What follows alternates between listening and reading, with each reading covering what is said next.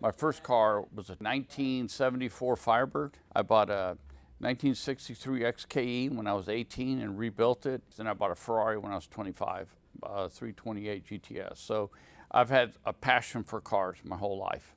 I like going fast.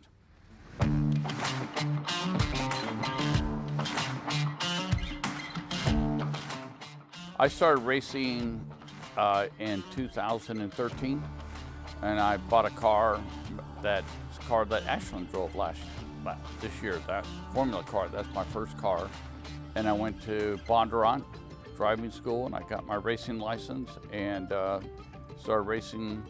So that's, about 10 years ago, so I was about 53 years old. Sort of late to be racing cars, but at least I was doing it legally then. So I got my kids in, they were 9 years old, got them into karting first, and then when they were 11 years old, they got to drive their first Miatas. They came out here and drove, and then when they were 14, they were the youngest licensed race car drivers in the United States. And they went to Indy, and they actually got to race Indianapolis when they were 14 years old. It's a pretty cool story.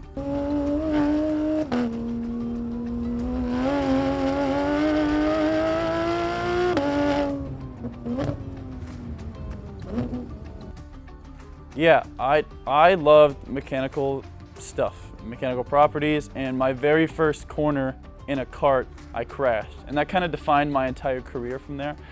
But I was always really quick. I picked it up like a professional, I was kind of meant for cars. I did Pro-Am for a long time until I turned 16, then I went pro and did a couple pro races, and I won the Global MX5 Cup Championship. The best time of my life, that was the highlight of my career, and after that I went into college and studying engineering now. I'm going to go build the race cars. So these cars run spec, and basically all the suspension is the same, the engines are the same, all the cars are theoretically equivalent. Now this car probably has a little bit more done to it. Basically what you do is you take all the spec engines that you can't touch, and you'll take the best parts of each engine and you'll make a golden engine, and that's how you really get a winning car in a spec class.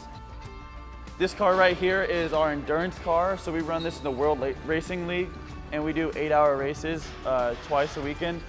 And this car can survive with these big old brakes, and it's got a 2.5 liter engine instead of a 2 liter from a Ford. Last race, the pads are so thick, and we don't have enough brake fluid in the lines. So the pads, when they're getting worn and worn and worn, the brake fluid was running out in the reservoir, and we actually just ran out of brake fluid to push the pads in. So we completely lost brakes at the last race, and then we increased the reservoir size. It has the anti-lock braking system, which you don't get in most race cars. You don't get that in Formula One. Even Formula One banned, anti-lock brake system. So it's fun to just be able to just step on the brakes and just get into the corner. And you can do it throughout the entire endurance race, which you don't get, it's harder on the car, and this car can handle it.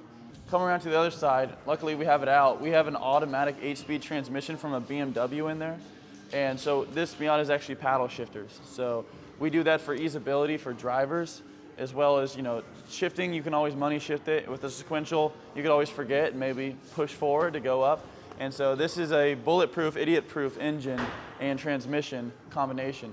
And it was near impossible to get this German transmission to talk to the Japanese motor. The last time the Germans and the Japanese talked was in 1945, so we're trying to get those guys to talk again, and we did our own coding for the GCU and got it running, and it's a near perfect Miata now.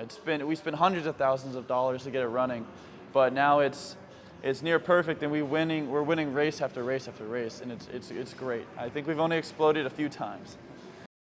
I think my favorite part about racing is miracle laps, when the conditions are right, nothing messed up, and you're locked in. You have no idea what's going on in the world. It's just you, the car, and the couple miles in front of you, and you can just put laps together. It's almost impossible. No driver ever gets a perfect lap.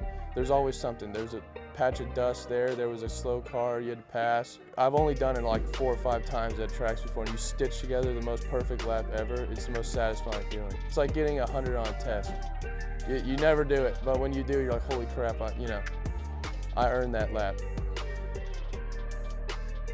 It's like a giant vacation weekend, but with fun activities in between. So no matter if you got first that race or you crash, everyone's gonna have a party that night. So Friday, Saturday is always a party. We make the margaritas, we cook the food, and everyone you get to walk around and see all your best friends in your whole life are all there usually. Especially the big races, there's like guys I haven't seen in 5 years will come out and race, and there's no worry in the world. You know, you're not thinking about what's going on in the world, you're just thinking about the cars and just talking about, it's always some stupid stories that we've done in between since we've seen each other last, I guess. Well, it's humbling, you know. It's just to see, you know, number one, they can take me any day, right? So, I mean, the only thing I got on them is a wallet, you know, but it's cool to sit there and watch your child win a national race. Can you imagine? 18-year-old beat 30 other drivers, the best drivers in the United States, beat them all. It's pretty cool. You can't recreate those moments. Well, the one thing about motorsports is, what's interesting is I think everybody thinks they can race. And everybody knows what it's like to get in a car and go too fast, right? And so you think, oh, I can do this. And you realize it's the hardest thing I've ever done in my life. But let me tell you, the hardest thing you'll do is take a corner at 135 miles an hour and pull 3 Gs. So at 3 Gs, I weigh 600 pounds. And your eyes feel like they're gonna pop out of your head. And that is championship racing. When you see somebody do that and not crash, it's amazing. You know, so I think there's only a few people in the world that can actually do this and win. Out of the thousands of millions of people that drive, there's only a few people, Verstappen and Hamilton and Norris, that could take a corner at 145 miles an hour and not miss by even an inch. And they can do it consistently for 100 laps. That's what's amazing about racing.